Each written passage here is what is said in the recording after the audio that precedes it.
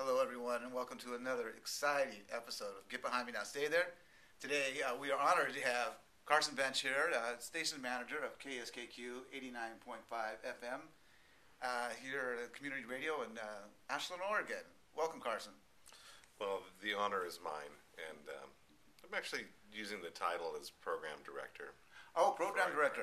Right Okay. Yeah. Well, we here in Ashland, we strive to be politically correct. So from now on, you will be the program director. Don't know if it really matters with our it current matters, situation. Yes, to our viewing and listening audience, please note that Carson is the program director of KSKQ 89.5 FM, local community radio here in Ashland, Oregon. And he was gracious enough to come down here this Saturday morning. It's a little cold outside this morning, but braved the elements. And he's here to talk us a little bit about KSKQ. So what's going on down there? Well, KSKQ is a volunteer-run station right now. That's why I was kind of making the distinction that I'm just claiming the title of program director, but I am doing some of the station management duties, but not the only one. Right. A lot of people are putting in, taking care of things. Michael Neiman takes care of the website. And he does an amazing job, too. He's very, very responsive, and we've gotten a lot of compliments from people that know about the website, so we're very lucky to have him. Anna Wild, who does the AW radio show on Thursdays, she's going to take off for a little while, family vacation stuff, but she makes sure that all the public service announcements are printed up and dispenses a lot of information. Nice. Yeah, so... it's a volunteer-run station. I could go on and on the list of people that do things, people that clean up the office, clean up the bathrooms there and the thing. We've got probably, 45 volunteer programmers now that are using the station, in different ways and providing shows for Ashland community, talent, West Medford, beyond. That's great, and that's quite a staff you got going there. And it's 45 people. It's bigger than I thought. I do want to let everybody know that the website is really, it's nice. And you can get archive shows on there and get a listing of everything that's going on in the community. And it doesn't matter where you're at. I really want to stress that. It doesn't matter where you're at in the country, or the world for that matter. If you go to kskq.org, you can listen to shows and get the latest information. And... let's talk briefly a little bit about how you guys decide what your music mix is going to be, because it's got to be, for people who haven't heard, you should listen. It is, it's just about diverse as black and white. You guys are all over the board, and I really got to say, hats off to who's ever doing it, because I have heard, so many different, strains of music from all around the world that I'm just like, dude, this really is nice. I like this. And I never would have thought to hey, you know what? Today I think I want to listen to a little Brazilian, folk dance and see what the hell's going on with that. Well, I'm the music director, so I didn't even know that. I honestly did not know that. When I got into town about 4.5 years ago, KSKQ probably had about 150 to 200 songs in the library, most of it from the same artists. And I had brought music with me from a radio station that I had volunteered at before called KTIM in St. George, Utah. I took their music library with me on an external hard drive. And prior to that, I took a lot of CDs and burned them from KWMR in Point Reyes Station, where we always had a flow of music coming in from distribution companies and all of that. So I had a pretty big collection of music when I got here, and donated all of that to the station. We run everything on digital files. Had in my mind that we would want to start getting CDs in from distribution companies and other labels and stuff like that, kind of like other stations that I'd worked at. But looking around and seeing the space that was available there, and knowing the amount of work that it would take to tape, colored tape on there and write KSKQ and then property of KSKQ on the disc and classifying them and then keeping them in alphabetical order, realized that there just wasn't going to happen. And so I just kind of submitted myself to the thought that that this is just going to be a digital library, and we're going to keep a few CDs around, and then after a while maybe we'll use those CDs for yard sales and all that for like a small source of income. And yeah, it was a really good move because currently, I'm on a listserv for the National Federation of Community Broadcasters, and there's quite a few stations that belong to that organization that send out information. And one of the big things that's happening right now is stations are digitizing their libraries. Right. And it just makes a lot of sense. The whole world's going digital, Carson. And it frightens me a little bit, because I like that solid, tangible. I grew up listening to albums and able to look at the album. Then 20 minutes later, you got to turn it over and clean it and lay the needle down, and then you're really dedicated to that. And now MP3s, it's not even something that you can touch or.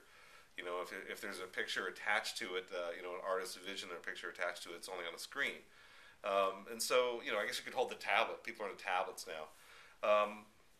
Anyway, I think you've got me, going off on a tangent here a little bit. But the point is that we had very little music, and now we have 45,000, MP3s or different types of music files in the library, and we've done this without having to subscribe to the College Music Journal or any of the traditional ways. We've simply done this through, I brought a pretty good source of music and then used that source of music to trade with other people. Mm-hmm. And so we've kind of organically grown, our own music library here. We're trying to be diverse. Try to offer stuff that no one else has on the air. Well, as far as trying to be diverse, we are. I would have to say that, that is like, without a doubt, one of the biggest understatements I've heard this week, and I've heard quite a few of them. Well, you got diverse as your middle name, and and I think it's great because as you embrace, all different cultures and different types of music, I have the same attitude towards the digital revolution because. It's to me and the people down here. It's digital. It's great. There's never been a more exciting time, to be in broadcasting, to be, in any type of audio, because of so many avenues available to you. And whether I was thinking about this last night, Carson. I'm glad that you brought it up. But I'm actually quite. From the old school myself, with my age and all, but at times I would fight against it. I want the physical book in my hand. I want the record album, or I want the CD. But the more I embrace the new technology, the more I'm like, what? It's really kind of comes down to this. People are still doing the same thing, dude.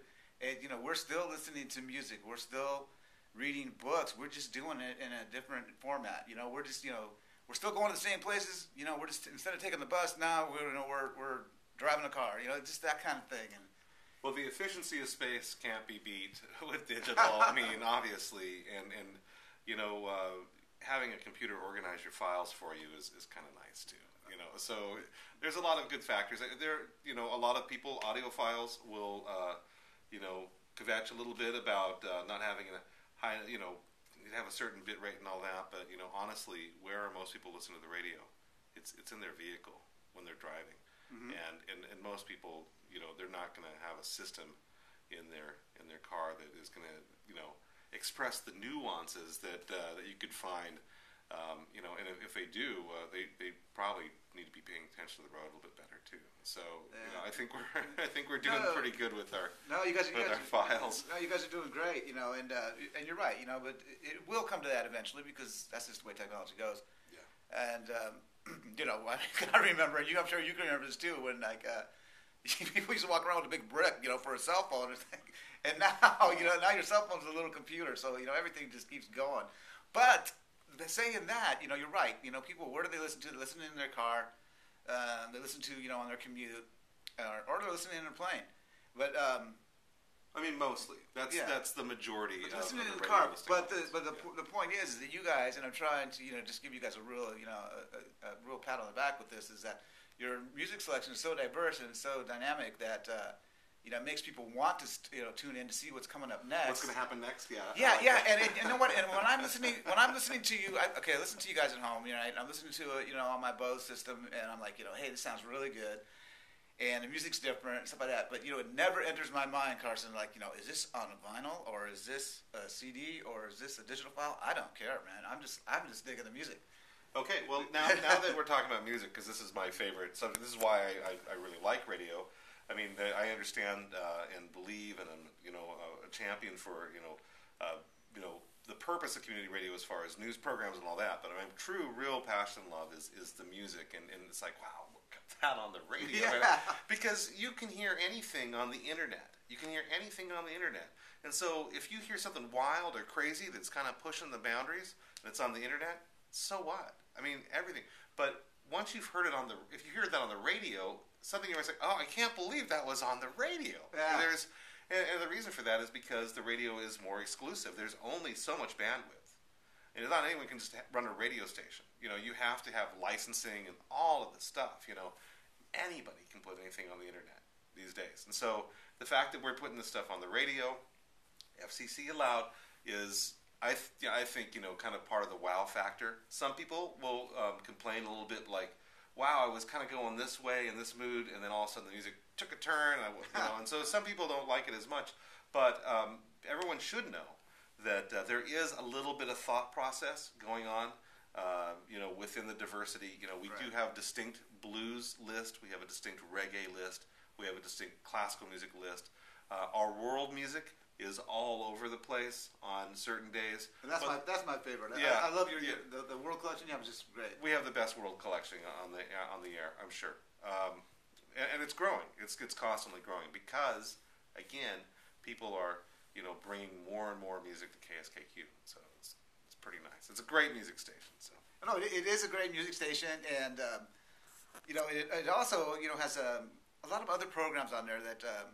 Perhaps you could talk a little bit about. Now, we of course are on KSKQ, and very happy and honored to be on.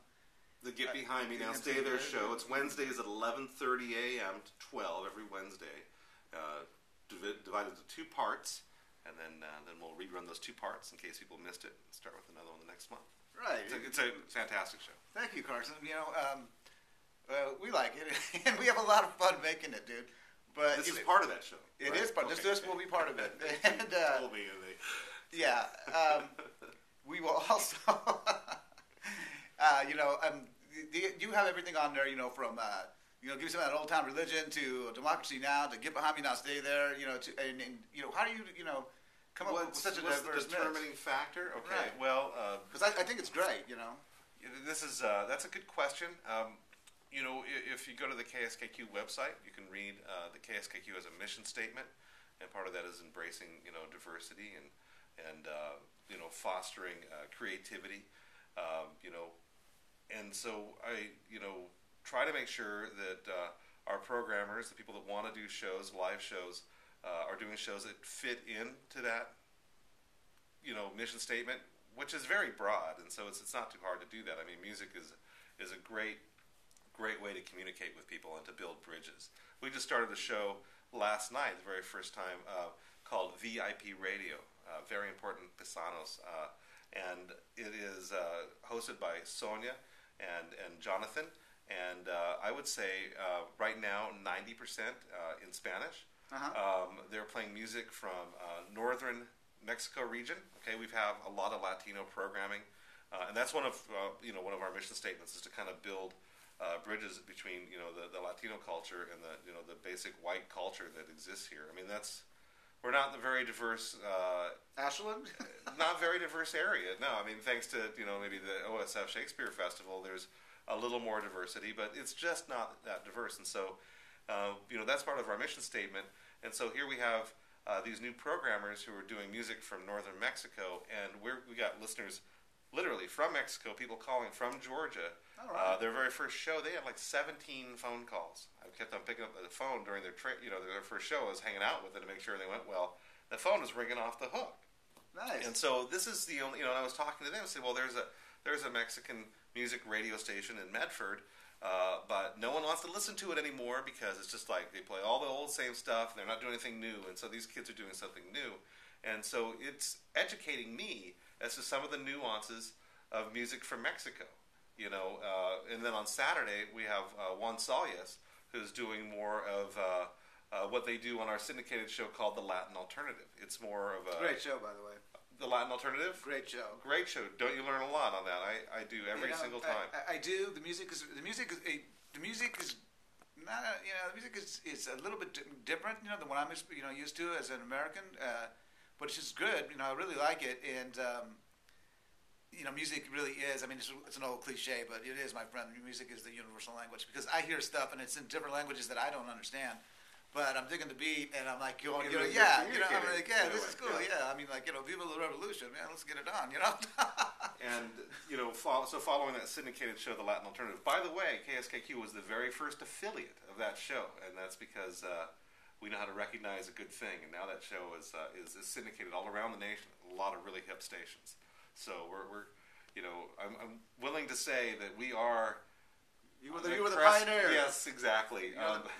But Juan Salyas, who does the show after that, kind of follows that same type of music. But then on Sundays, talking about world music, we have stuff from Siam, back when Thailand was Siam.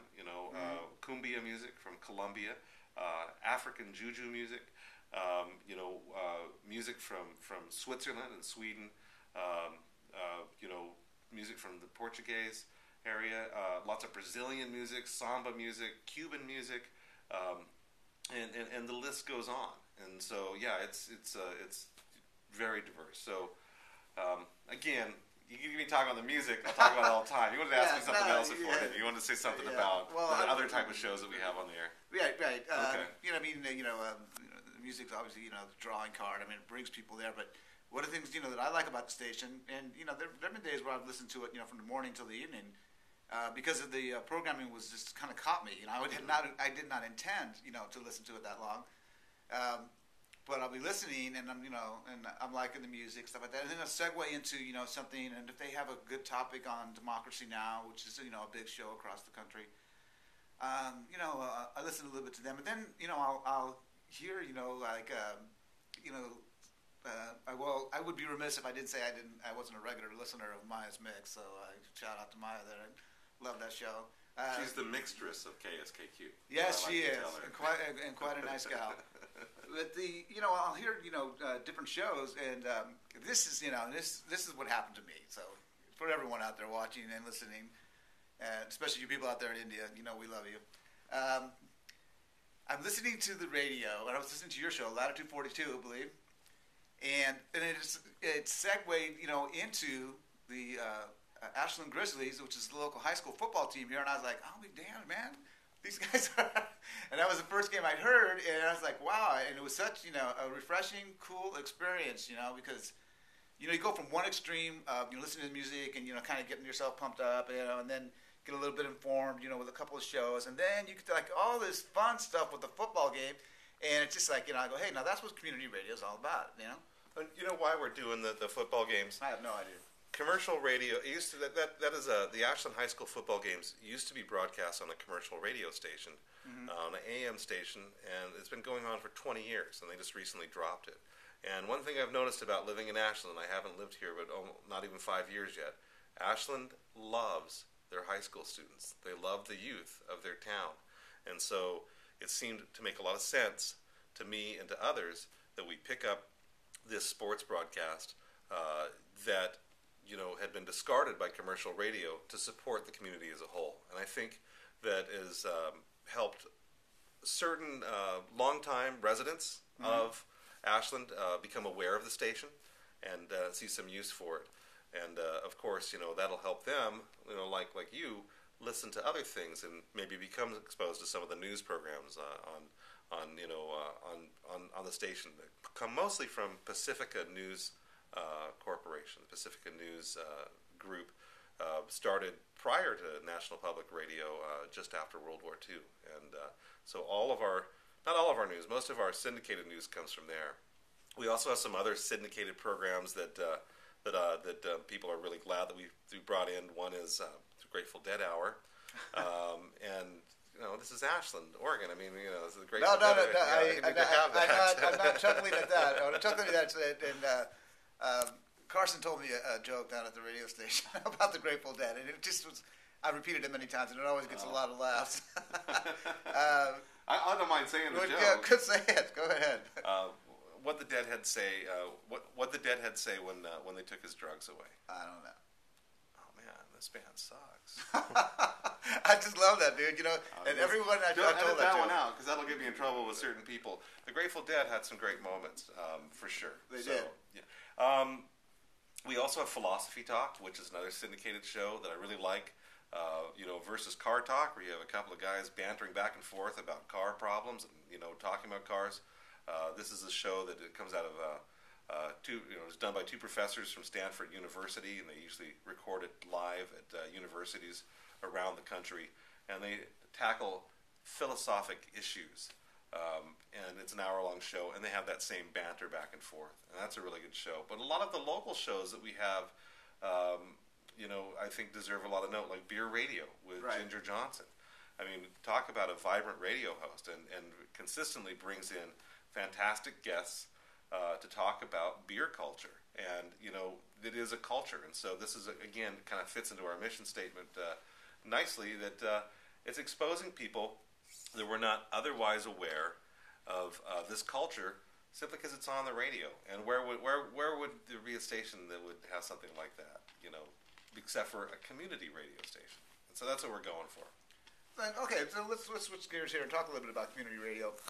This summer, KSKQ had a tremendous fundraising drive, and they were successful in it. And they brought power to the towers. It was the catchphrase, and you got a tremendous amount of community support for that, didn't you?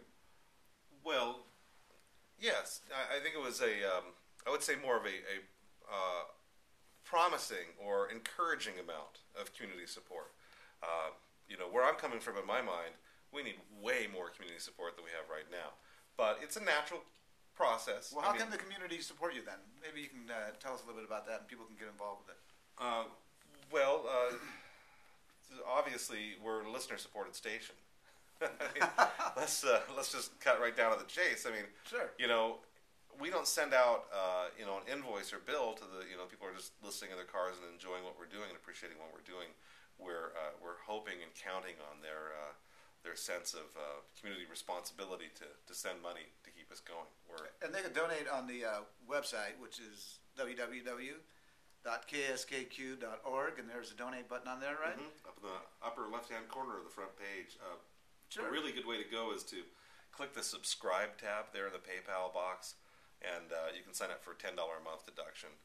And that's $10 a month out of your checking account. You know how it goes. I mean, $10. Sure. All of a sudden, you have a $10 raise fee in your phone bill or your internet or whatever. You're just going to deal with it, and you're really not going to notice the difference because it's only $10. But to a station like KSKQ, if we had 100 people doing that, we wouldn't be worrying about our sustainability so much. I mean, the history of the station has been a real uphill climb and a struggle, for the people involved with very little resources. In fact, it's miraculous that we've come as far as we have. I mean, literally, in my mind, a miracle that we have come this far with the lack of financial resources. But things have just managed to come together and to fall into place as if KSKQ is destined to be here. It is Christmas time, and I did put KSKQ on Santa's list up there to the North Pole, so excellent. I'm sure that that's where the serendipity came involved there. So I would encourage everybody, and I have done this in the past too, is that you're going to spend $10 on your mocha chocolate or whatever, and you're going to get a roll with it, and so and the whole time you're listening to KSKQ and you're enjoying the station, so. Just go ahead and make a $10 donation. It doesn't it's not going to break you one way or the other, but it will really go a long way towards keeping the station in the cash flow going fluid. So another thing I wanted to bring up too is that not only can you listen to the station on the website, which we mentioned before on kskq.org, But this is really cool, and I use this a lot on my iPhone, is that there is an app. And it's a free app that you can get, and you can download it. You can listen to the station, anytime you want, anywhere you want. Yes, and even on an airplane, which I frequently do.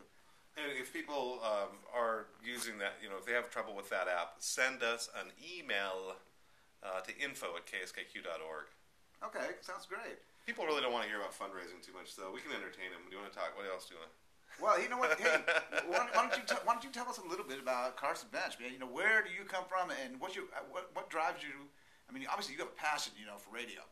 And, I was just recently, and we're going to, article that we're featuring on, I'll say there, is about audio theater, which is a fancy way now of saying, old-time radio.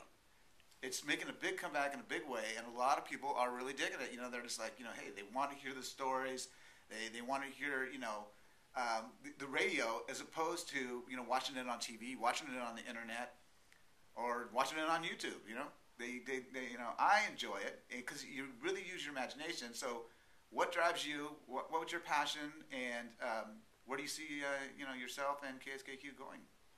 You know what? Let me say this instead. Sure. About radio, okay? Because I had a thought when you were talking about audio theater, that coming back. Radio is a fantastic medium because people can learn through listening to the radio, but they also get to use their imagination. Exactly.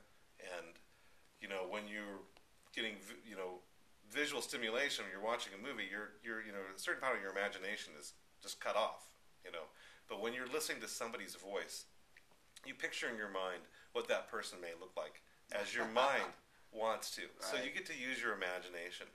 But also, it's a very personal medium because the majority of listeners, and this is really, really true, the majority of listeners are listening alone. Exactly. They're alone and most likely in their car. And the human voice is perfectly tuned, or maybe I should say the human ear is perfectly tuned to receive everything the human voice, all the sounds the human voice makes. And that goes directly to the emotional center. And so you have a very personal medium as well, because when you're on the radio talking to somebody, you're talking to them. When they're listening in their car, they're with you. They're almost spending time with you. And so I think maybe that answers the question a little bit. Why do I have a passion for radio? Mostly because of music, because I love music, and I love to have, Casey Kasem when I was a little kid, that scene. He was a radio announcer. Yeah, the scene in American Graffiti. Remember that scene in American Graffiti when Wolfman Jack, and Wolfman Jack's like, it's not Wolf. No, the Wolfman's not here. And then the kid, and he walks away, and it's like, hey, it's Wolfman Jack.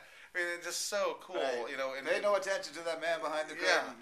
Yeah. So ever since I was, young, I've always enjoyed music and liked the idea of being able to share my music, and and the idea of the radio DJ just always seemed so cool to me, and always wanted to get into it. Never really knew how, and waiting tables. People would tell me, I'd introduce. It's like, and the specials are. They say, oh, well, you should be on the radio. You have a nice radio voice, and right. And I think to myself, well, wouldn't that be much cooler than waiting tables right now? And it just turned out that I lived in a town that was starting a radio station, and so I asked to be a volunteer for a morning show, which didn't seem like anybody in this town wanted to wake up too much early in the morning, so I'd be a shoo-in if I asked if I could volunteer for that, for that time slot. And that time slot I ended up doing for 8 years, and created it into a show that had a format with co-hosts, and as far as all indications we could tell, was the most successful show as far as